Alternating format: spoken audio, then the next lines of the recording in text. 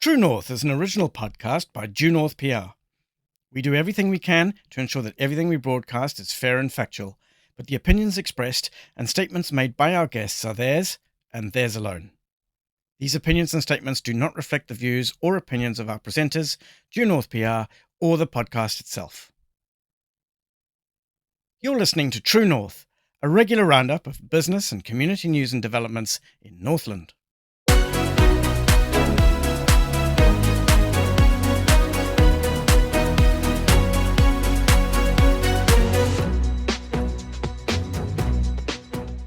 Hello, and welcome to the third episode of True North. Thanks for taking the time to listen. It's Wednesday, the 16th of April. I'm Peter Heath. On the show ahead... In the 50s and 60s, we had a Ministry of Works, central government department that came in and set up all of our communities with social infrastructure, with municipal infrastructure. That's all at the end of life now, and the bills due for upgrading all of that up and down the country. It's a very real problem. I speak with Far North Mayor Moko Tepania about Northland's crumbling water infrastructure. How is local government across our region planning to meet central government's demands for investment? And how on earth are we going to afford it? What sort of financial shock are ratepayers and Northland businesses in for?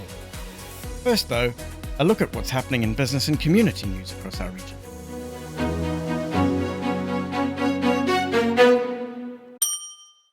Infrastructure building and construction firms, along with professional service providers, are concerned that while the government's pipeline of planned infrastructure projects keeps growing, the lack of market-ready work is threatening the country's ability to undertake this work when it does eventually materialise.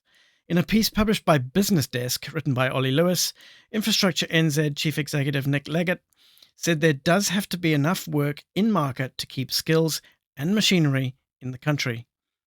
Treasury's investment monitoring report for the quarter ending September 2024 touched on concerns raised by a number of professional groups that, despite the growing pipeline, professional services firms have been scaling back workforces because of a lack of contract-ready work. The report said that anecdotal feedback from both contractors and consultants indicates reduced forward work on the books, resulting in pressure to reduce workforces. It said that while the Infrastructure Commission's infrastructure pipeline continues to show a strong pipeline of work exists, this wasn't translating into projects entering the market at the expected volume. This was likely due to continued uncertainty around investment priorities and fiscal restraint. The Association of Consulting and Engineering says the lack of infrastructure projects and the corresponding loss of talent would have a significant impact on the economy. It acknowledges that there is more than $140 billion of infrastructure projects underway or in planning, but is asking why investment announcements aren't translating into projects coming to market. It's calling for government to set clear expectations for departments, agencies and councils to remove any roadblocks and proceed at pace so the sector doesn't lose any more capability and capacity than it already has. The Treasury report included commentary from other government agencies, including NZ Government Procurement. It noted increased supplier antagonism and frustration with government clients. We will include a link to the Business Desk article in the show notes for this episode. Business Desk also reports that local government credit ratings are being impacted by policy churn at both a regional and a national level. Ratings agency S&P Global Ratings said successive New Zealand governments had created an unpredictable policy environment, particularly around Three Waters or Local Water Done Well and the Resource Management Act. S&P Global Ratings also highlights a structural issue building in local government finances. It says the revenue-expenditure balance has always been a weakness for New Zealand councils, but has widened in recent years. Whereas debt level had previously been peaking at 185% and reducing, it was now 197% and rising. Cash deficits had previously been expected to peak at about 15% of revenues and then narrow to the single digits, but the peak was now 21% and likely to remain at this level for at least 3 years. The Business Desk article quotes local government funding agency CEO Mark Butcher as agreeing with S&P Global Ratings that the sector credit metrics have weakened over the past 3 to 5 years as they've borrowed more to do more infrastructure, while also pointing out that a second ratings agency, Fitch, have maintained stable outlooks on all council ratings. Mr. Butcher said Fitch had taken a different view on the sector and that they don't have any of their councils who they rate on negative outlook at all. Fitch's view was that the current deterioration in debt matrix was likely to stabilise as rate rises provide fiscal rebalance. We've included this item in this episode because it relates directly to the discussion you'll hear in a moment with Far North Mayor Moko Tepania. Once again, we will include a link to the Business Desk article in the show notes for this episode. And finally, the Electricity Authority has published the new rights that it says New Zealanders have as power consumers under its consumer care obligations. These require power companies to, among other things, work with consumers to keep electricity supply connected and affordable, ensure fees like reconnection fees are affordable and reflect actual costs, and maintain connections to households containing a medically dependent person. This connection features strongly in the obligations document and is described as a last resort. Power companies are obliged to support customers to stay connected and avoid debt. They are expected to communicate proactively and make referrals to support services before pulling the switch on any household. Power companies must have a consumer care policy that explains how they will meet these obligations and publish it on their websites in a place that is easy to find. We will include a link in the show notes to the authority's website where it outlines these updated consumer rights.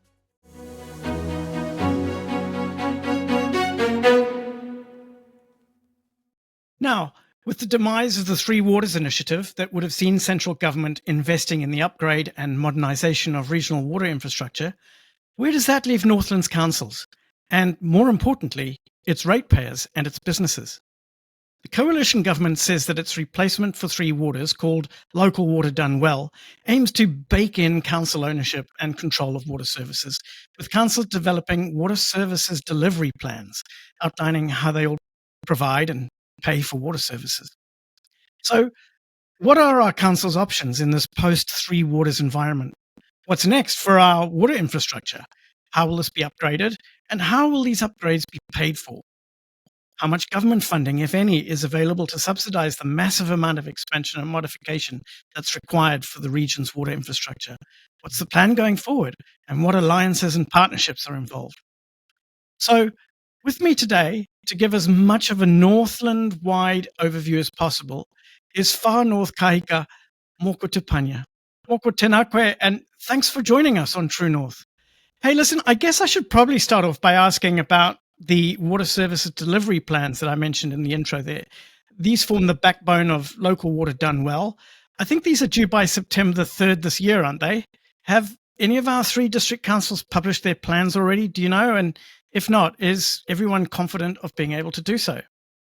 This is a very challenging environment to be working within, where we are going to be required to submit to the Department of Internal Affairs water service delivery plans on how we will have financially sustainable delivery plans for our waters infrastructure for the people of the Far North.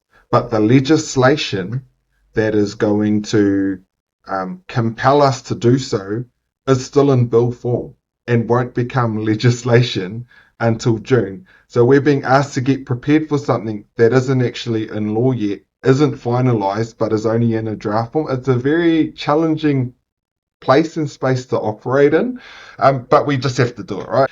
Our long-term plans and our infrastructure strategies are going to inform what the water service delivery plans requirements are for central government. For us here in the Far North, we're going to have ours ready for the due date where we have to submit it to the Department of Internal Affairs. I'm not too sure how Whangarei and Kaipara are getting on for their individual ones. For Local Water Done Well, though, one of the potential opportunities that exists is that we combine and have a shared council-controlled organisation that would look after wastewater and freshwater for the entire region. Now, we're going to be going out shortly to consult with the people of the Far North. Actually, all Northlanders are going to be consulted by their respective councils on what vehicle will pick up and look after all of this infrastructure we're talking about, right, Peter? What we've decided to consult on as the Far North District Council is one, in-house business unit. So not the current status quo, but a unit within council that will look after water for the people of the Far North and our current assets. The second thing that we're going to be consulting on is a multi-council controlled water organisation that would combine Far North, Whangarei and Kaipara's waters and look after it as a separate entity. We will have a extraordinary council meeting to sign off the consultation material itself. I think in early April, off the top of my head. All of us are all pretty much going to be coming out and looking at options for in-house or standalone district CCOs or multi-regional CCO. All of them have all got their own pros and cons. That's where we're kind of at right now. But for us, if we were to end up going to a regional model, I don't actually know if the water service delivery plan for the entire region would be ready in time by the due date. If we go alone as the Far North, ours is going to be ready. If we go as a region, then prioritisation is going to have to come into things. By the time that's signed off and we establish a body to actually look at these, they're going to have to bring 3 different plans together and then prioritise what needs to happen first, how it's funded, what's financially sustainable and everything like that. I think that the timelines are, in all honesty, are going to be too tight to make that September deadline. I know that there could be an opportunity to request an extension. Okay, so really well explained. Thank you for that. Leads to 2 questions. First of all, the upgrade and modernisation of Northland's water infrastructure it's a massive undertaking, right? And it has been for ages. But that's only an assumption on my part. You know, is that assumption correct, or are people like me at risk of assuming that things are worse than they really are? And do we actually perhaps have a modern, well-engineered, fit-for-purpose water infrastructure across all 3 of our districts? You know, infrastructure that's geared to cater for the tremendous population growth we're expecting, or is there a real financial and infrastructural challenge that we are facing? The current water reform, which started out with Labour, was led because people actually died because the municipal water supply wasn't fit for purpose, and so people in Havelock North died. So it is a very real problem.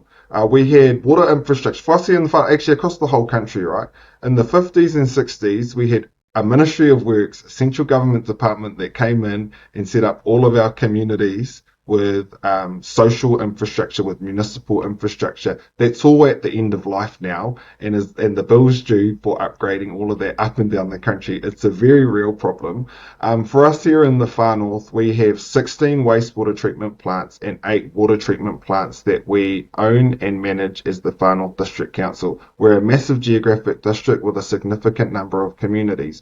Now that's a significant number of plants that we have to look after, but it still only looks after 30% of our population in the Far North, with around 70% on septic or tank water supplies or private schemes, right? So it's massive. Across that, out of the 24, I think, all up plants that we look after, right, we have 4 with abatement notices from the regional council where we're breaching our resource consent conditions. Out of the 24, only 12 are fully compliant, right? The others are not compliant, not bad enough to have abatement notices, but are not currently compliant. It's a very real issue that we have to get on top of. Okay, good.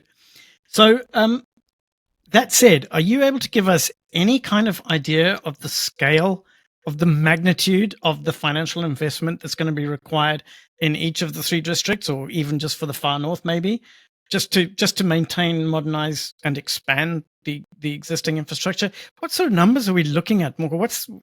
What's the scale of the challenge? For the Far North, in our long-term plan, which is funded 2024 to 2027, we are going to be spending $40,379,000 for wastewater upgrades for our 16 wastewater treatment plants. For water upgrades, the Far North is going to be spending $31,849,183. And for stormwater upgrades, we are going to be spending $3.8 million all up. So that's almost $90 million just over the next 3 years, just for the Far North alone, that this council is going to have to spend to upgrade our infrastructure. And then we're not even taking into consideration yet, Peter, what growth means. I was going to ask. Yeah. So now, that's just to stay still, right? That's just exactly, to stand. That's just what we're required, so that ultimately, right, and this is where it comes to, ultimately, so that we are looking after our people, because we it is unacceptable that in a first world country we have people who have died from municipal water, right? Yeah. That should not happen in today's modern age. That is the requirement that we have to meet our statutory obligations to have compliant water and wastewater treatment plants that look after our people. So that's a huge number, and that's just for the next 3 years. So that's averaging like 30 million, and that's just for the far north. I can't speak for Whangarei and Kaipara. I don't know their numbers more intimately, but it is going to be significant. Whangarei have got their stuff a lot more sorted than the rest of us, though. That's because they have the benefit of a significant amount of the people living in one place in the city. So when everyone lives together, it's easier to provide services. It's the same story from far north on everything, isn't it? Electricity, water, roads, whatever. We've got a geographically dispersed population, sort of depending on these very, very long outreaches of infrastructure. Yeah. Okay, great. So listen, Moko, how much government funding, if any, is available to subsidize this massive amount of expansion and modification? And what sort of strings, if there is any, what sort of strings does it come with? No government have said they're going to give any money for it. That's the realistic outlook of where we are, right?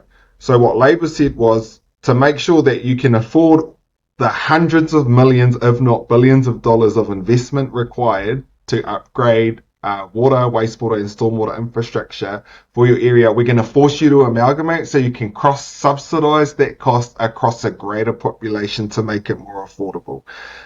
National said, wait, hang on, we can't forcibly take what you own off you and give it to an external entity. Instead, through our legislation, we're going to give you the opportunity to create an entity that is still council-owned, a council-controlled organisation that is council-owned, so you still own your assets, but then you have the option of cross-subsidisation, which both governments call harmonisation, because it must be that's a more, what's the word, Peter? Like euphemistic or something like that? Like it's a nice way of saying it's a euphemism, yeah, absolutely. Yeah. So both of them have pretty much said we don't have any money, right? Like we've got our own stuff we need to sort out as a government for the nation as a whole that we're putting our credit cards on. You've got to use your own credit cards for the infrastructure deficits that you have for your communities.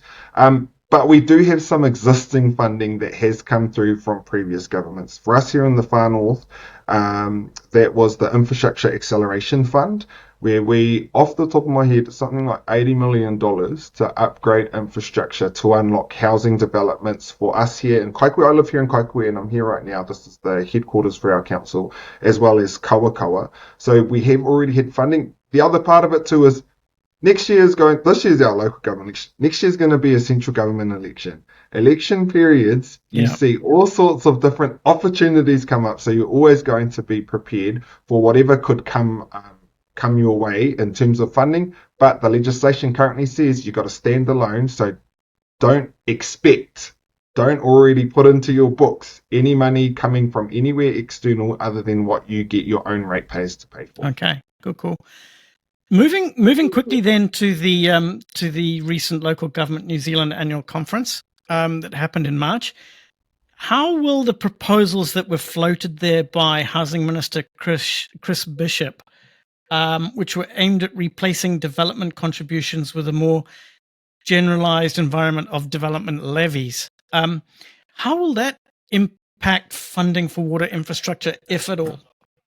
Now, currently, the Far North District Council doesn't have a development contributions policy. We rely on bespoke developer agreements to get developers to contribute to what we require for our communities whenever we have growth, right? We are currently working on a development contribution. Actually, we do have a development contributions policy, Peter. One of the staff members, I can feel them telling me off. It says that we do not charge development contributions. That's what our current policy is. Yeah, that's your policy, right? We need developers to contribute, right? We need people who are going to put a strain on our existing infrastructure to help pay for the cost for the upgrades required for that extra growth, for the extra people who will be using those systems. We currently have a development contributions policy at play. Was very excited by the announcement from Minister Bishop, which would see development levies come into play so that it's a more standardised and fair approach than us having to bespokely go through a development contributions policy. It is a few years off though. Just like us in council where it bloody takes forever to get anything over the line, the government is also experiencing that with this. So the earliest that we're looking these to kick in is 2027, I think, January 2027. We're going to carry on with our policy development because it can kick in a little bit sooner, so we can get some money in the bank for our infrastructure in the far north. But what I have heard is that the first stage of this development levies legislation will be aimed at Tier 1 and 2 councils. The far north district is neither. None of our communities are over 10,000 in population for a single town.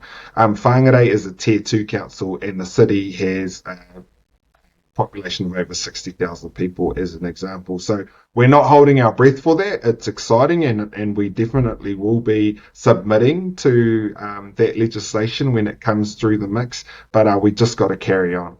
Okay. This is going to get people chattering.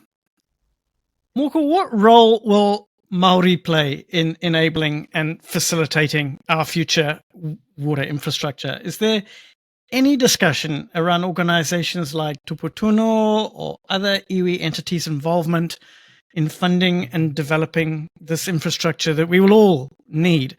Is there any discussion in this kind of realm? There haven't really been any conversations in this, mainly because Tuputono is the biggest money holder and there's no return on investment, which is their requirement under the legislation that set them up for their kete of money from the get-go. The unfortunate truth is that with water and wastewater, with water infrastructure, there's no money to be made. Everything costs more than what it's ever going to make. Here in the far north, we have a number of private schemes. Those private schemes are owned by hapu or iwi. We've got one in Hokianga. I think where my grandparents live in Mitimiti.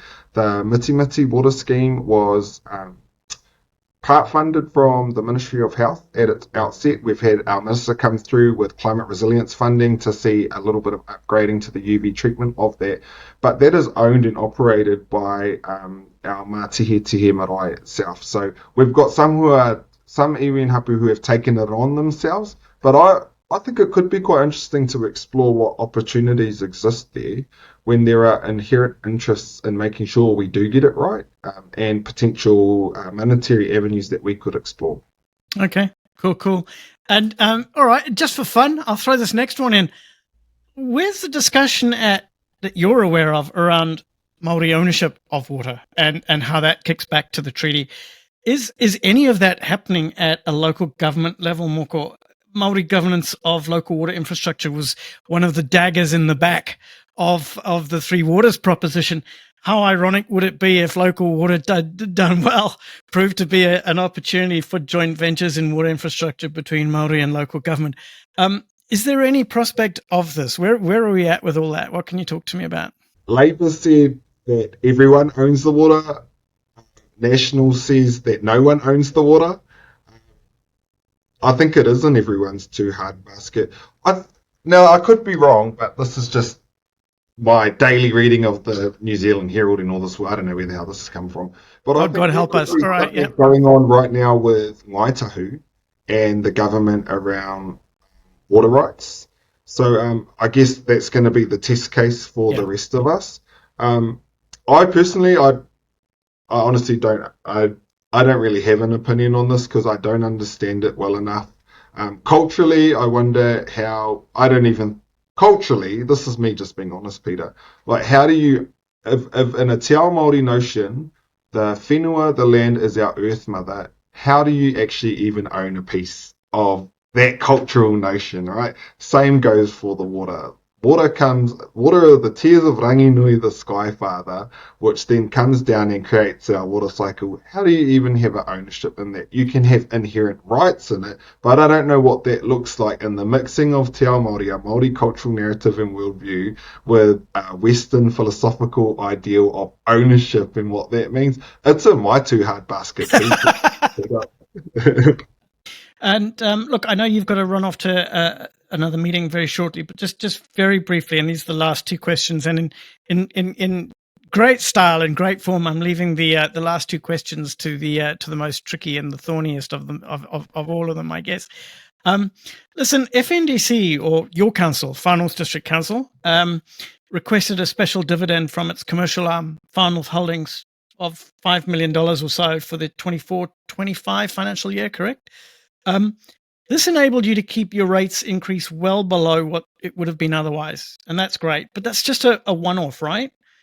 I want to know how the Far North is going to be able to afford the massive amount of investment in water infrastructure that will be needed to cater for everything that we've been talking about, and whether you feel that rates will cover it, or are you expecting multi-million-dollar divvies from Far North Holdings on an annual basis moving forward? And if so, has anybody told Andy Knock? Yes, Andy Knock has been told that it's be the new norm. No, we were very fortunate to have Far North Holdings complete a significant project in our Te Kohekohe housing complex here in Kaikohe, which brought a significant amount of return so they could give a high then forecast dividend back to us. We called it a special dividend, but I don't. Then every year is special in my mind. Our current statement of intent looks to about a 1.25 or 1.5 million dividend for this coming financial year, but there are some projects that are also going to be bringing money back to the people of the Far North, that we will be looking again to Far North Holdings to come, not as a special dividend, but as the new business as usual, kind of a return to us rather than reinvesting. Yeah. Return the dividend to us so we can ease rates. The question you had though, Peter, around how we can have extra income come in to offset the significant amount of debt we're going to have to take on for all of these water infrastructure upgrades that we need, we actually can't. The legislation is telling us that all water infrastructure management and everything is now going to be have to be dealt with separately. We can no longer use, for example, here in the Far North, we have I can't remember its proper name, but I always call it the Good in the Hood charge. We charge every single one of the 30,000 rateable units we have, say in the Far North, like a $30 charge for water and wastewater, and it's kind of saying if you're not on town supply, at some point you're going to go to town and use the toilet, right? Or you're going to need to use townies water. You're going to benefit from it in some way. So you're going to benefit in some way, not directly, but indirectly you'll benefit from it. We charge that across everyone in the Far North. Under the new legislation, we will no longer be allowed to charge that across everyone, because only those connected, only those directly benefiting will be contributing towards this. We are going to have to separate. If we keep it in-house or even go to a council-controlled organisation, we have to separate everything to do with water from current council business. All income in and then all expenses out. We cannot bring in magical income to try and offset the level of investment. Our water, the government is telling us that all of our waterworks have to be financially independent and sustainable on their own two legs, for us to carry on and into the future. So are you saying that no matter how much you might want Andy Knock and his team to help pay for water infrastructure, he's not going to be able to? Or are you saying that they'll be able to, but it'll just be a separate cash flow? We cannot use external income to offset the level of investment required for waters. It has to be independent and financially sustainable off of the users. Off ratepayers. Yeah. So off ratepayers, not just off ratepayers connected to water services. So even though Far North Holdings is a council-controlled organisation, they're your company, they're your commercial arm, their dividends are considered external funding for this purpose? Well, we can't even use our own Good in the Hood charge to offset. We can't use uniform and annual general charging on our waters. water has to be treated by itself, completely separate, which is why we have the option of creating council-controlled organisations to treat it all separately. If we kept it in-house, we're going to have to set up our own water committee to specifically look at that. It has to have its own, pretty much its own annual reporting, annual planning. It's going to be its own separate organisation, whether as a council-controlled organisation or an in-house business unit that has everything coming in and going out. But to my understanding, Peter, at our latest workshop, we wouldn't even be able to offset the costs required by using a standardized levy across everyone to achieve that. Okay, so only be charges incurred and development contributions or levies that would be able to achieve that. Or cross-subsidisation if we hook up with whāngai. Yeah, there's got to be different ways to skin that cat. Hey, Moko, so in other words, you might use the income that you receive from Far North Holdings in the form of dividends or special dividends or enhanced dividends over and above what they've traditionally paid you to offset all sorts of other costs that would have been rateable, and then use that funding to go into water, right? It will just free up our borrowing capacity for waters in general. Okay. Yeah. All right. And I guess the final question sort of feeds into all of that. Your most recent, and I'm talking about Far North District Council here specifically. So if you're a listener from somewhere else in Northland, please forgive me. But your most recent annual reports show that you're not really delivering on the capital expenditure on projects relating to water infrastructure. That's drinking, storm, and waste. Operational expenditure is full on, but you're rolling CapEx over year into year. Is this part of the problem that you were describing a little bit earlier on? And I guess the question is, if you're struggling to build the infrastructure that you've already billed ratepayers for, how do you plan to deliver against the demands of local water done well?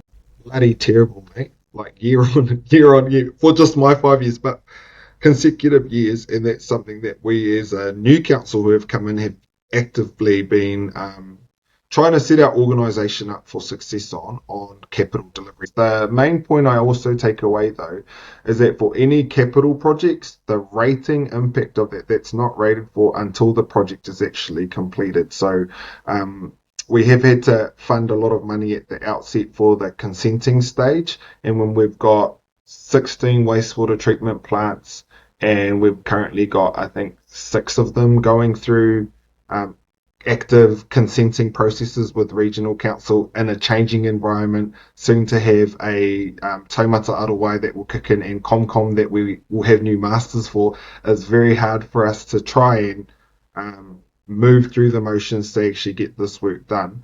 Across that, what was my numbers was something like $90 million, I think it was, over the next 3 years for actual capital projects. We are thrashing the horse, mate, on making sure that we see those complete. For the specific ones we have control over as ourselves, like pipe upgrades and things like that, we are going to have delivery on those. For the consenting type ones where we're waiting for Northland Regional Council or the potential for the Environment Court to kick in, and this is where I said we're having mana whenua at the table at the start, pays off, right? These are like multi-year consenting processes where someone can have a year through to challenge us through the Environment Court before we can even hit go to build or upgrade the bloody infrastructure we need. So I'm a big supporter of resource management reform where it can help us to shorten the timelines around these things, which become very costly. The price of infrastructure bills is going up every single day, and any day that you add on to when you first scope something and price it, by the time you get to the go, you're short like 50% of the funding required. So watch the space is what I'd say to that. Whether it's a in-house business unit or a council-controlled organisation, going to have to kick the A into G. It will be different to what's happening right now. That's good to hear. Moko, listen, thank you for your time. I really am very, very grateful.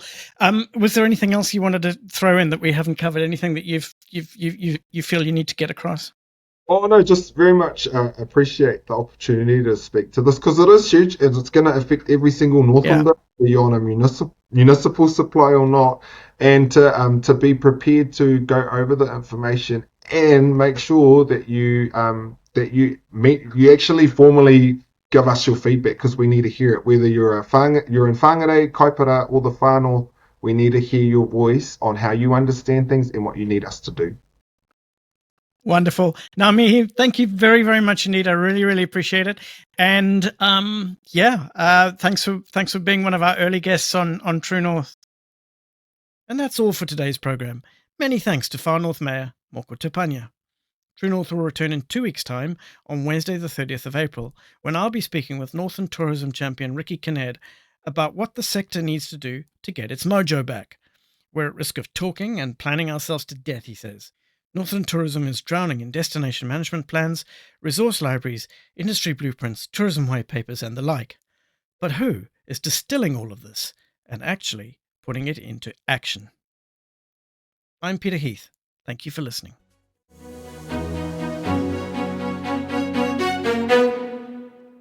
True North is an original podcast by Due North PR. To support our work and to stay on top of Northland business news and analysis, access the pod on Spotify, YouTube, LinkedIn, and Facebook. Please do take that small extra step and subscribe, like, follow, comment, and review, as it helps others find the show. Please also share it with those who may not yet be aware that we exist. As the New Zealand media landscape continues to change, we rely on your support to continue doing what we do. Please let us know what you think about the podcast. Ask questions or make suggestions about topics and people we should feature by emailing us at truenorth@duenorthpr.co.nz. We do read every message.